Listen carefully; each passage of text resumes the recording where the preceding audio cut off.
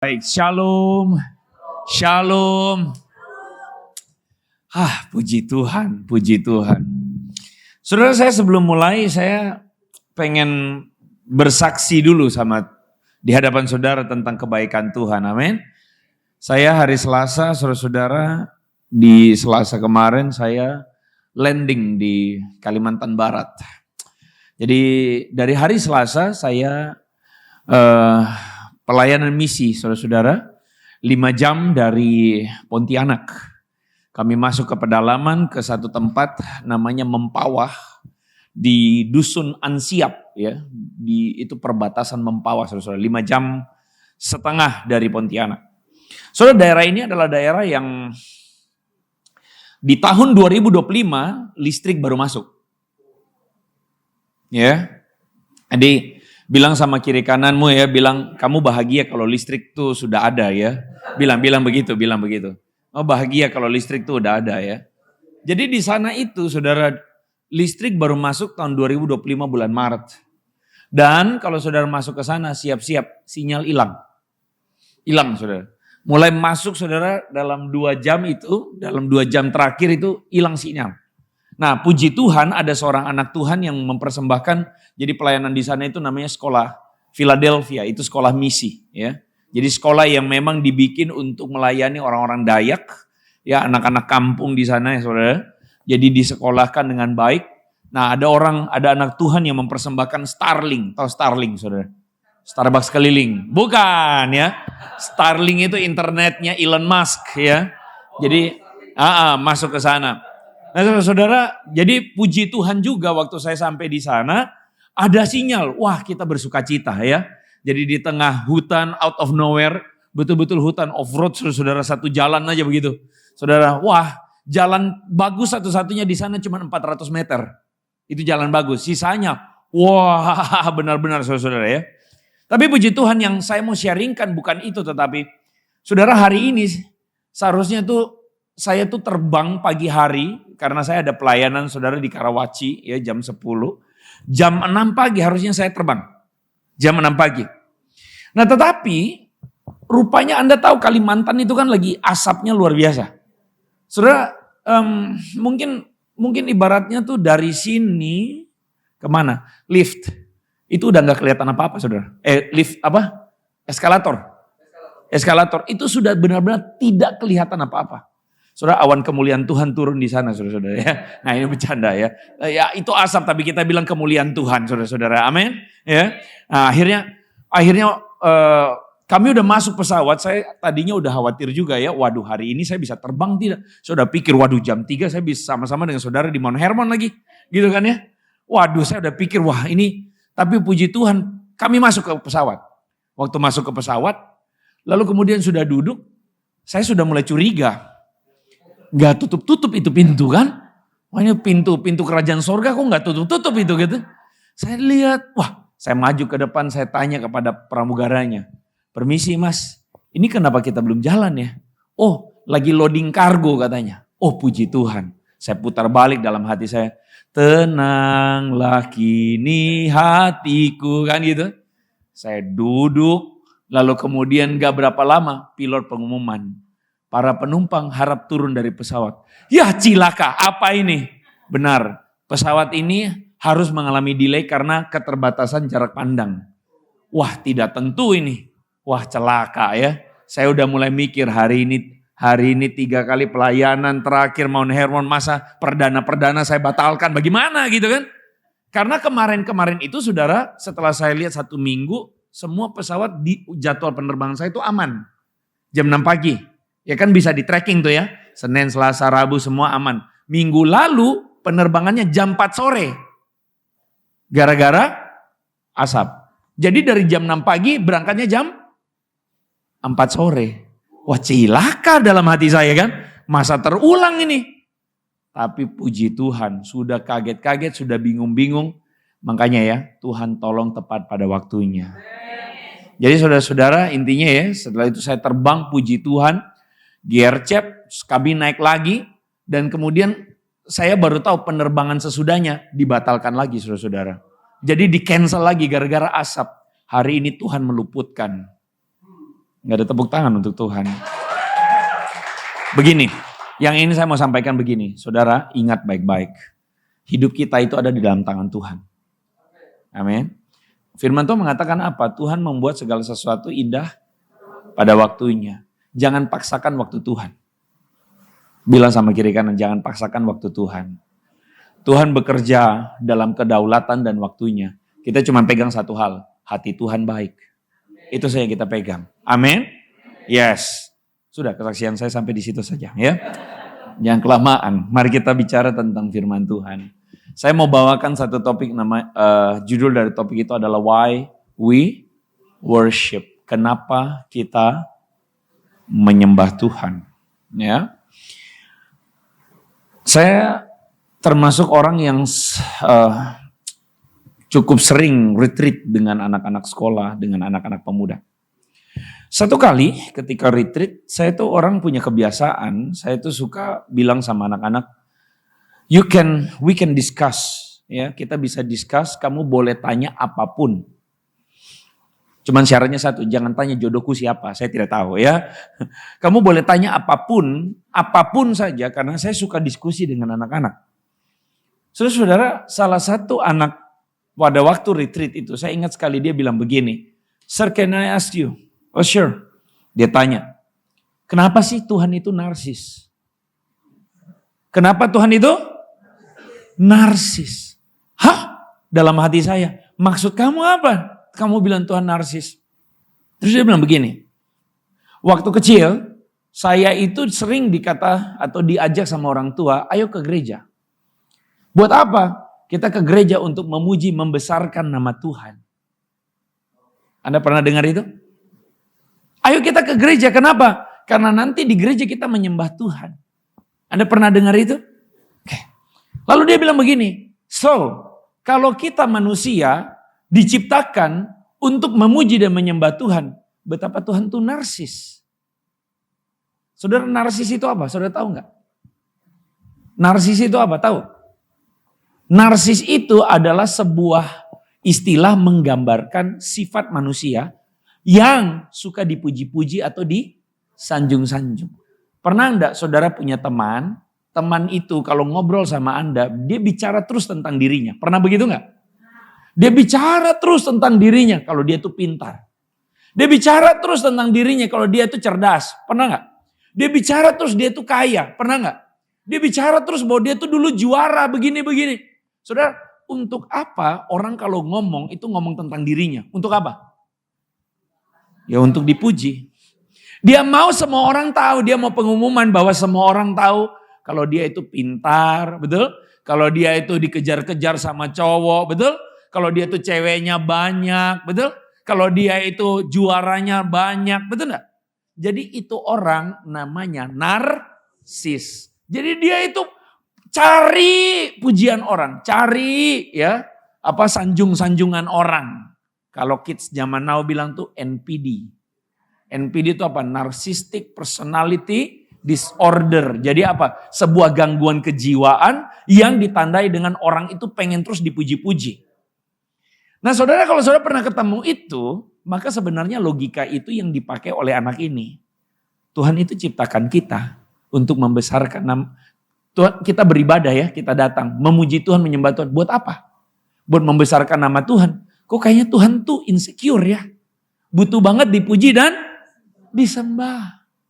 Pernah mikir begitu enggak saudara? Enggak ya, baru mikir kali ini ya. Nah ini yang saya suka. Saya kalau bertemu pertanyaan-pertanyaan kayak begitu, saya suka sekali. Kenapa? Saya senang dengan orang yang mikir. Suka saya. Karena dengan cara begitu, dengan berpikir, saya percaya kita tuh ketemu makna. Kita ketemu alasan kenapa kita menyembah Tuhan. Nah, saya akhirnya jawab anak ini. Saya bilang begini, sebelum kita jawab pertanyaan bahwa Tuhan itu narsis atau tidak, saya mau tanya dulu. Kita nyembah Tuhan itu maksudnya adalah Tuhan itu butuh dipuji dan disembah tidak? Itu pertanyaannya. Menurut saudara Tuhan butuh banget gak dipuji dan disembah? Butuh gak Tuhan tuh dipuji dan disembah? Butuh. Wah, Kalau saudara mengerti yang namanya Tuhan, Tuhan itu mulia tanpa harus dimuliakan. Setuju? Setuju? Tuhan itu terpuji tanpa harus dipuji. Setuju? Setuju ya? Kemuliaannya tidak kurang sedikit pun kalaupun kita tidak memuji dia. Betul nggak? Saudara sepakat ya? Dia itu terpuji kalaupun kita tidak puji dia. Artinya Tuhan itu tidak tergantung sama pujiannya kita. Setuju? Bahkan saudara-saudara ingat gak lagu ini? Pohon-pohon bertepuk tangan. Ingat gak? Gunung-gunung bersuka cita. Oh saudara tidak tahu? Wah saya kelamaan. Oh itu lagu Ambon. Dulu saya waktu di gereja dulu ya. Pohon-pohon bertepuk tangan. Gunung-gunung bersorak-sorai. Kita semua memuji Tuhan. Sebab Yesus Tuhan dan Raja. Segala Raja. Ini baru bagusnya di sini. Sio manise. Katong puji Yesus. Nah gitu. Sio manise. Gitu. Katong puji Yesus. Tenang, nanti kita KKR. Sabar dulu. Jadi begini, burung-burung itu berkicau buat siapa? Alam semesta itu begitu indah buat siapa? Jujur ya, maaf ya, ini sedikit mungkin intriguing, tapi tolong tangkap dengan hikmat Tuhan. Tuhan tidak butuh kita memuji dia. Tolong tangkap dengan hikmat Tuhan ya. Jangan abis ini Anda bilang begini, oh kalau gitu tidak usah memuji Tuhan. Bertobat. Maksud saya itu begini. Kita tidak sepenting itu. Dengan merasa bahwa kita butuh memuji menyembah Tuhan supaya Tuhan itu kayak bapak-bapak yang butuh dipuji lalu kemudian bahaya kamu puji saya, ya sudah saya berkati kamu. Dengarkan itu. Tuhan itu memberkati kita bukan karena kita memuji dia. Tuhan memberkati kita karena dia baik. Tidak ada amin. Anda mengerti maksud saya? Dia memberkati kita bukan karena kita baik-baikin dia. Tapi karena memang dia Bapa yang baik. Soalnya perbedaan antara kekristenan dan agama lain ada di situ loh. Agama lain, saudara lihat gak bahwa Tuhan itu seakan-akan butuh banget untuk dipuji. Supaya apa? Supaya Tuhannya itu senang. Nanti saya akan tunjukkan kepada saudara. Tapi kekristenan, Tuhannya tidak tergantung pada pujian Anda. Karena dia adalah Tuhan yang berdaulat. Tuhan yang tidak butuh untuk digede-gedein. Karena dia memang sudah besar. Kepada Tuhan yang mulia, besar dan berkuasa, Anda bersandar. Itu poinnya. Nah sehingga saudara-saudara ketika ngomong begini, Tuhan itu tidak perlu untuk dipuji. Tangkap dengan hikmat Tuhan. Ya, bukan saya tidak sedang mengatakan kalau gitu nanti kita tidak memuji Tuhan. Bukan ya. Tapi saya ingin membuat kita tersadar bahwa Tuhan itu mulia, kudus, dan tidak kurang satu apapun. Oke? Sampai di sini? Saudara paham? Oke. Kalau memang Tuhan tidak perlu banget untuk dipuji, karena dia terpuji, lalu kalau gitu buat apa kita menyembah dia? Nah itu pertanyaannya. Saudara menyembah Tuhan buat apa? Halo? Saya melihat wajah-wajah bingung. Saya suka. Kalau khotbah itu saya suka bikin orang bingung dulu. Kadangkala saudara-saudara kita itu tidak nangkap firman Tuhan karena kita udah ngerasa ngerti. Musuh utama yang bikin kita gak ngerti firman adalah kita udah berasa ngerti. Saudara ingat Tuhan Yesus mengatakan apa? Anggur yang baru tidak dapat disimpan di kirbat yang lama. Karena kirbat yang lama akan koyak. Itu lagi ngomong apa? Hati yang baru. Katakan sama-sama dengan saya, hati yang baru. Hati yang mau dididik Tuhan, mendapat anggur baru. Saudara siap dapat anggur baru hari ini? Yes. Sekarang kita mulai bertanya. Tuhan itu tidak butuh dipuji. Dia tidak butuh dimuliakan. Oke? Lalu kenapa kita menyembah dia? Kenapa kita memuliakan dia? Kenapa kita memuji dia? Nah pertanyaan ini patut kita jawab.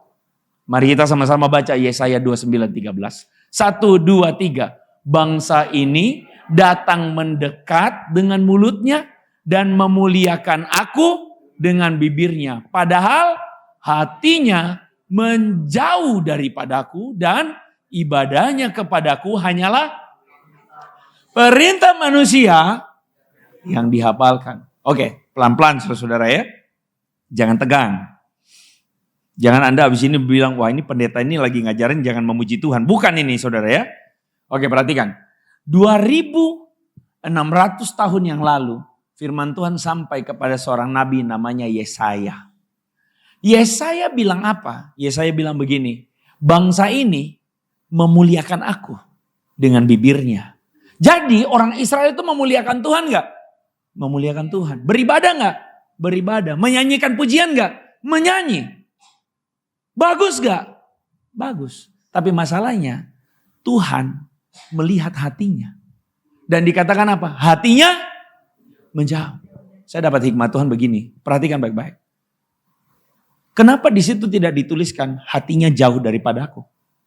Tapi hatinya menjauh. Apa bedanya jauh sama menjauh? Apa bedanya jauh sama menjauh? Wes, bablas, angine. Apa bedanya jauh sama menjauh? Jauh itu, saudara lihat speaker di belakang. Speaker di belakang. Saya dan speaker itu jauh. Itu jauh. Kalau menjauh, speaker yang menjauh atau saya menjauh? Saya yang menjauh. Jadi menjauh itu begini. Nah, lagi. Coba saya tembus tidak ke belakang. Oh enggak ya. Menjauh itu artinya makin lama saya makin. Dengarkan ini. Firman Tuhan kasih tahu kita masalahnya Israel. Masalahnya Israel bukan hatinya jauh. Tapi masalahnya hatinya menjauh. Apa pentingnya pastor ngomong menjauh dan jauh ini? Pentingnya apa sih? Pentingnya di sini. Saudara, seringkali kita lupa, kita pikir masalah kita adalah kita tuh waktu buka sosial media kita nyinyir, lihat apa? Ibu Susana kupas bawang 1 kilo dapat 700.000. Anda paham maksud saya? Halo? Paham? Tidak paham. Kalau tidak paham, Anda terlalu sibuk bekerja sampai lupa lihat sosial media ya. Jadi ceritanya netizen itu lagi nyinyir. Netizen nyinyir. Kenapa nyinyir? Karena mungkin Presiden Prabowo kan salah pidato tuh kan. Iya kan? Jadi beliau bilang ada Ibu Susana yang kerjanya pengupas bawang. Lalu kupas bawang beliau bilang upahnya 700.000 per kilo. Kalau Anda hitung-hitung per bulan 200 juta itu. Saudara sudah berpikir untuk jadi pengupas bawang? Nanti Pak Gembala buka daftar, mau daftar jadi pengupas bawang. Kenapa netizen nyinyir? Karena mereka merasa bahwa upah mereka tidak sebesar itu. Betul ya?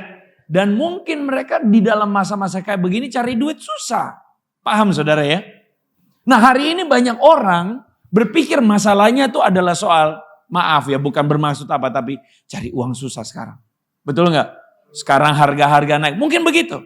Mungkin Anda berpikir masalahnya ini, itu. Betul, itu masalah. Tapi perhatikan baik-baik. Alkitab hari ini ingatkan kita, masalah kita itu bukan di dompet.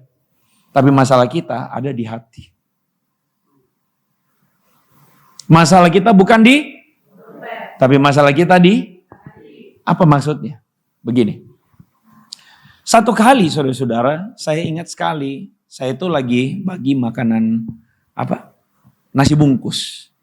Ini dulu waktu saya masih kuliah. Kami ada pelayanan mahasiswa, lalu kami bagi-bagi nasi bungkus ke anak-anak jalanan, ya kan? Ke homeless.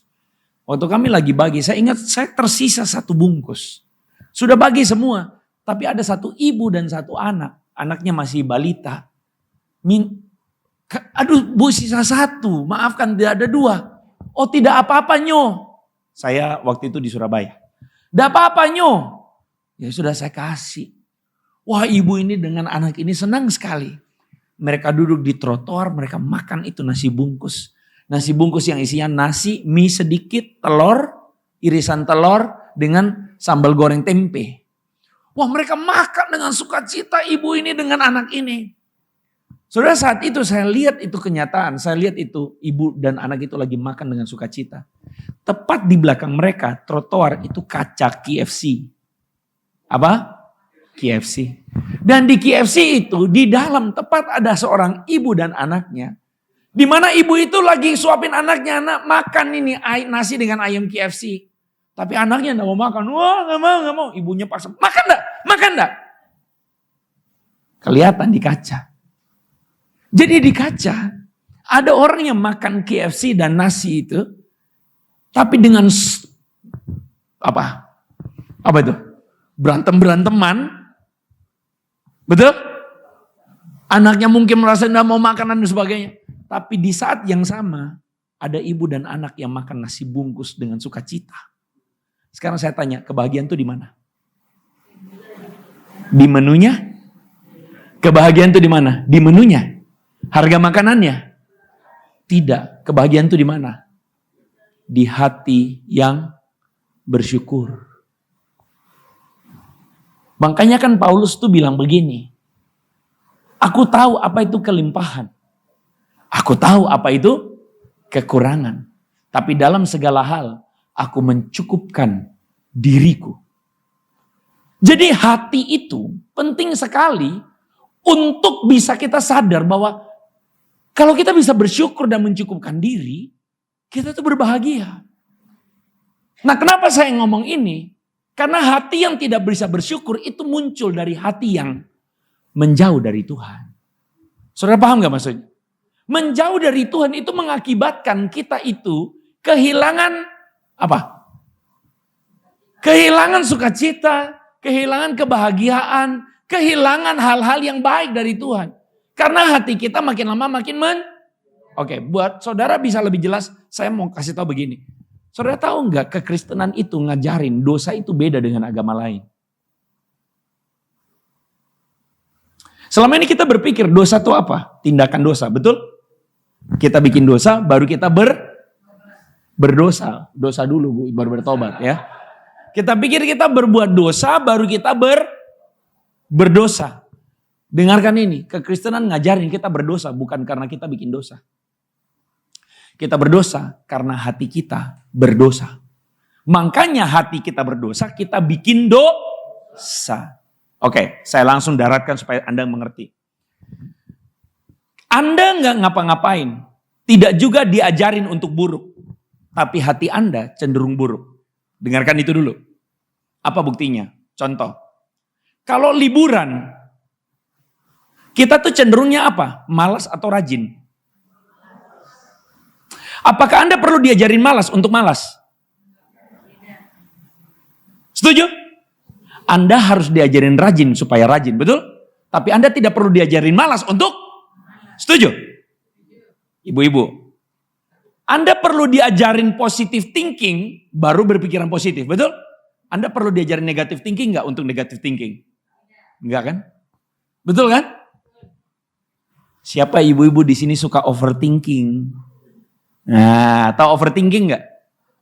Sudah khawatir kesana kemari, betul kan?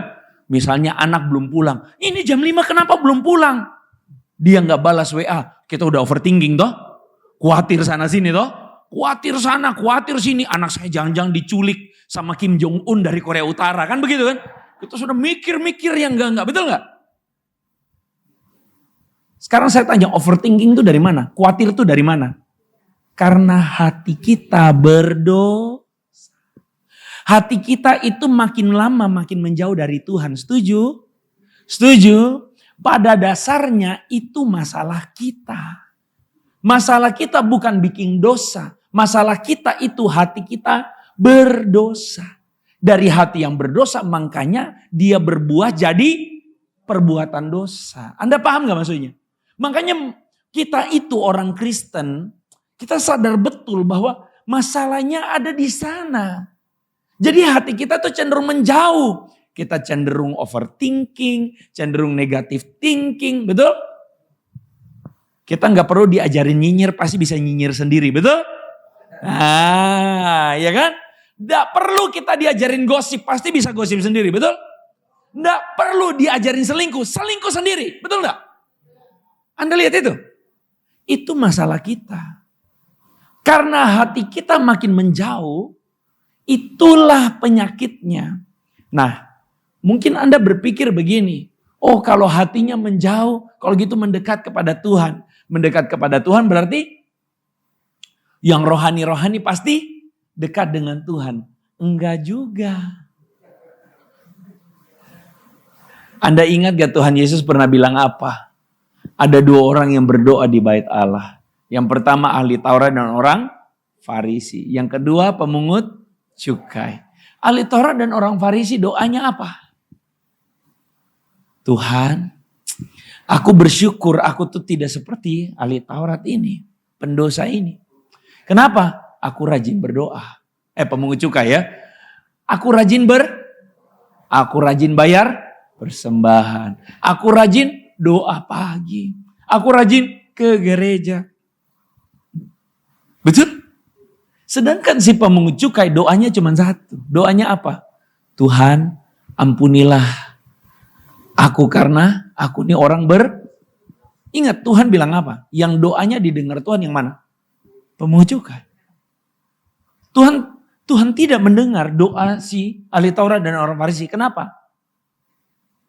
Kita berpikir kalau dia orangnya rajin berdoa, rajin ibadah, rajin melakukan kegiatan keagamaan, kelihatan rohani, maka doanya didengar Tuhan. Betul kan? Seringkali kita pikirnya begitu. Aduh jangan saya doa apa, saya masih suka berdosa. Betul ya? Bapak saja yang suka pelayanan, Bapak yang berdoa. Kan begitu kan? Salah. Pada kenyataannya Tuhan lihat hatinya. Malah yang didengarkan Tuhan, dijawab Tuhan adalah si pemungut cukai. Kenapa? Nah ini tadi. Si merasa paling rohani, yang merasa paling benar ini, justru hatinya menjauh. Karena dia merasa dia telah berbuat baik dan Tuhan membenarkan dia. Saya bukan lagi sedang mengajarkan Anda jangan berbuat baik ya. Kita harus berbuat baik. Amin. Tetapi kalau Anda berpikir karena Anda berbuat baik, Tuhan baik sama Anda, salah Anda. Ingat baik-baik, Tuhan baik karena dia baik. Bukan Tuhan baik karena Anda suap dia. Seringkali kita itu cosplay sama Tuhan. Tahu cosplay? Cosplay apa? Ini ada yang di antara kita ada yang ngerti pasti. Cosplay apa? Bro, baju putih. Cosplay apa?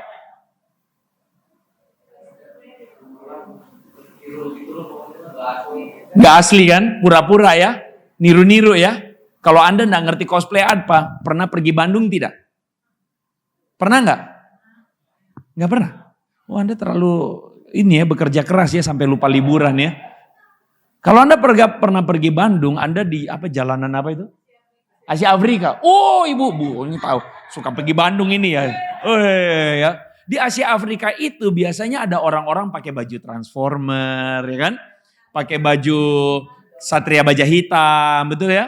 Pakai baju Pokemon, betul? Betul begitu enggak? Enggak tahu saya ya. Ada yang pakai baju Tuhan Yesus enggak ada ya. Malaikat kan itu kan. Itu namanya cosplay. Berpura-pura, berperan. Saudara hari ini ada enggak yang berperan, berpura-pura nyembah Tuhan? Banyak. Dengan cara apa kita cosplay menyembah Tuhan?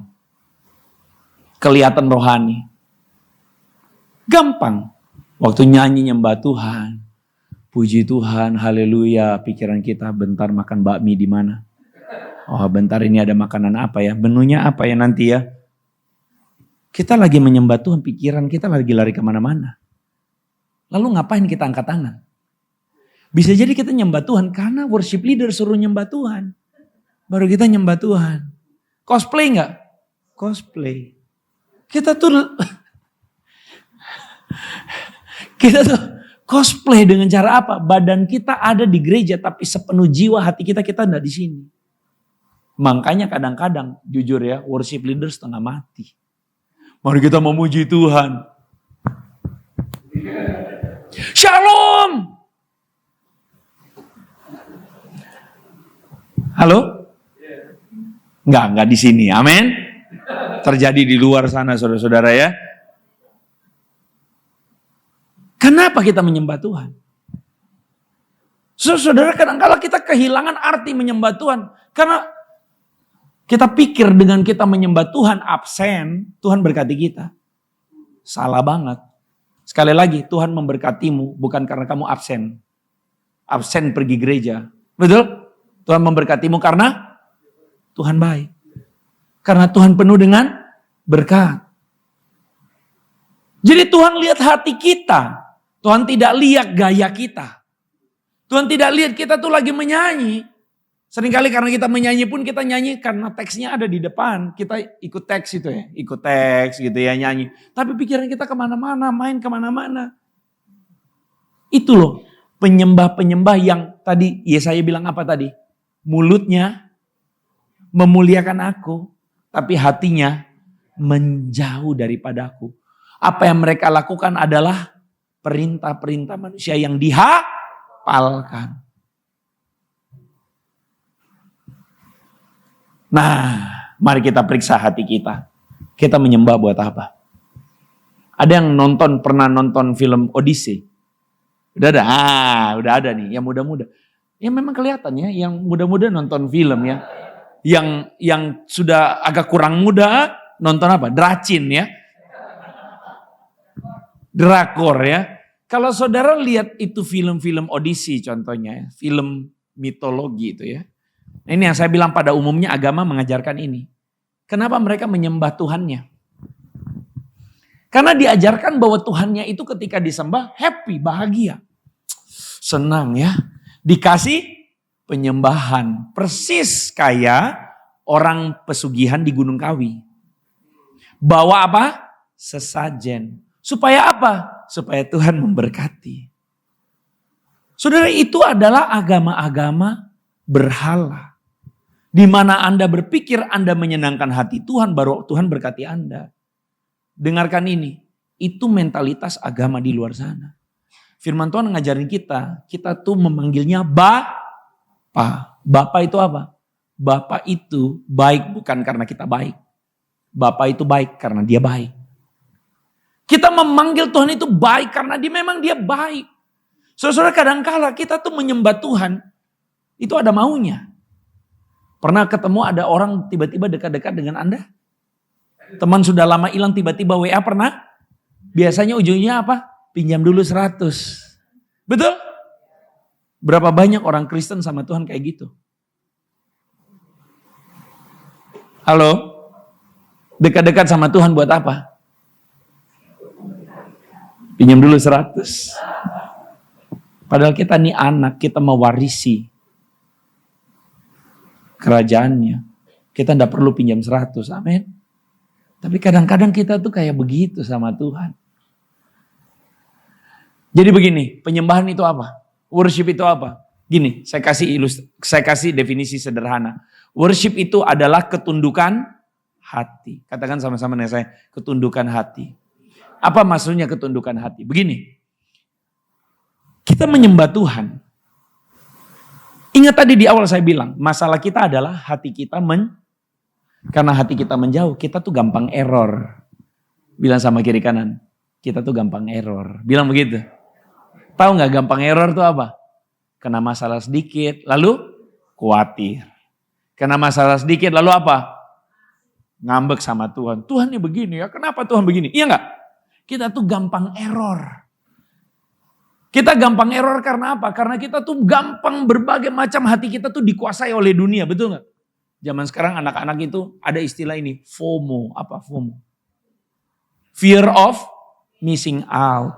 Padahal hari Minggu baru ibadah. Hari Senin minum kopi dengan suami. Toh. Suami ada minum kopi, aduh enak istri bikin kopi. Lagi minum kopi, tahu-tahu istri cemberut. Setelah lihat HP. Kenapa kamu mah cemberut? Enggak apa-apa. Suami-suami, kalau istri bilang enggak apa-apa artinya ada apa-apa. Enggak apa-apa. Kenapa cemberut? Enggak apa-apa. Ya sudah diam. Terus ngomong sendiri dia akhirnya. Tahu Tuti, teman SD ku. Oh tahu. Tuti dibeliin suaminya tas baru. Oh. Tahu Susi, teman SMP ku. Tahu. Dibeliin suaminya mobil baru. Oh. Tahu tetangga sebelah? Tahu. Rumahnya renov, rumah baru. Oh. Diam. 5 menit kemudian. Suaminya bilang, tahu Agus, teman SMA ku, tahu istri baru. Biarlah yang mengerti ya. Paham? Saudara paham maksudnya? Hidup ada baik-baik, habis dengar Pak Gembala khotbah pulang dengan sukacita, amin. Besoknya bikin masalah. Paham gak maksud saya? Karena hati kita jauh. Hati kita dikuasai oleh dunia. Kita lihat sosial media jadi FOMO. Betul? Lihat racin. Kapan ya CEO datang kepada saya? CEO menyamar jadi cleaning service. Kapan ya? Tuhan tolong ini anakku dalam nama Yesus. Ada CEO jadi cleaning service ketemu dia. Kita ini dikuasai oleh berbagai-bagai keinginan dunia yang tidak perlu. Tapi masalah kita tuh jadi masalah sekali. Suami-suami kadang-kadang kita tuh suka bentak-bentak istri kita. Gara-gara apa? Gara-gara kita pengen menguasai. Di kantor sudah stres, betul? Cosplay, pura-pura sopan sama orang kan? Atasan ngomong, bagaimana? Oh siap Pak, siap salah. Pulang dalam hati kita, setan saya mau tabrak siapa ini? Gak bisa tabrak, pulang dari kantor macet. Udah mendidih, betul gak? Sampai di rumah, lihat anak belum mandi. Apa yang kita lakukan? Ngamuk-ngamuk. Kenapa? Kita bilang istri kita tidak becus lah. Kita bilang istri kita beginilah, seharian nonton drakor lah. Betul? Kita mulai teriak, saya capek-capek cari uang, kamu malas-malasan. Sudah lihat gak? Kalau hatimu beres, kamu tidak perlu melukai istrimu. Kalau hatimu beres, kamu tidak perlu melukai anakmu. Betul gak? Kalau hatimu beres, engkau tidak perlu melukai suamimu. Kalau hatimu beres. Ingat baik-baik masalah kita, hati kita tuh jauh. Jadi kenapa kita menyembah? Kita menyembah Tuhan supaya kita mendekatkan lagi hati kita kepadanya. Amin. Kita menyembah Tuhan bukan kita mau bikin Tuhan lebih besar. Ingat baik-baik Tuhan sudah besar dan mulia. Dia penuh rahmat dan kasih karunia. Kita membesarkan dia supaya bukan kasih karunia tambah besar. Kita membesarkan dia karena kita tahu mengingatkan hati kita bahwa yang berkuasa atas hidupku bukan aku tapi Tuhan. Halo, Anda paham maksud saya? Tadi lagu sebelum firman apa tadi? Saya lupa lagi. Yesus, padamu ku berseru. Kita kenapa nyanyi itu? Kadang-kadang kita lupa mengandalkan Tuhan. Kita andalkan apa? Pinjam dulu 100. Betul? Kita andalkan apa? Kita andalkan yang lain-lain.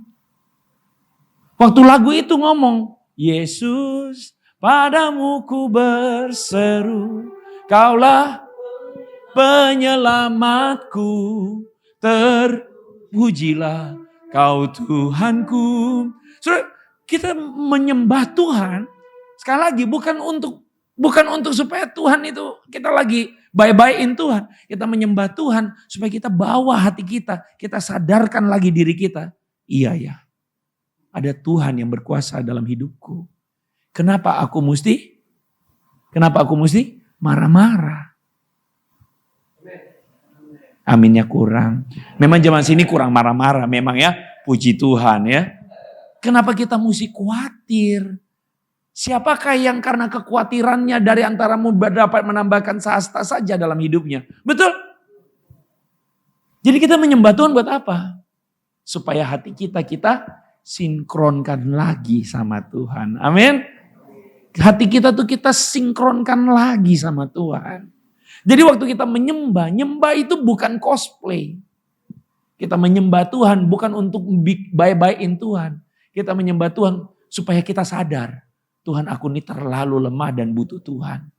Tuhan, aku ini terlalu butuh Tuhan sekali. Aku sangat membutuhkan Engkau. Amin. Amin. Saudara siap menyembah Tuhan hari ini? Mari kita sama-sama tundukkan kepala di hadapan Tuhan. Kita nyanyi lagu yang tadi.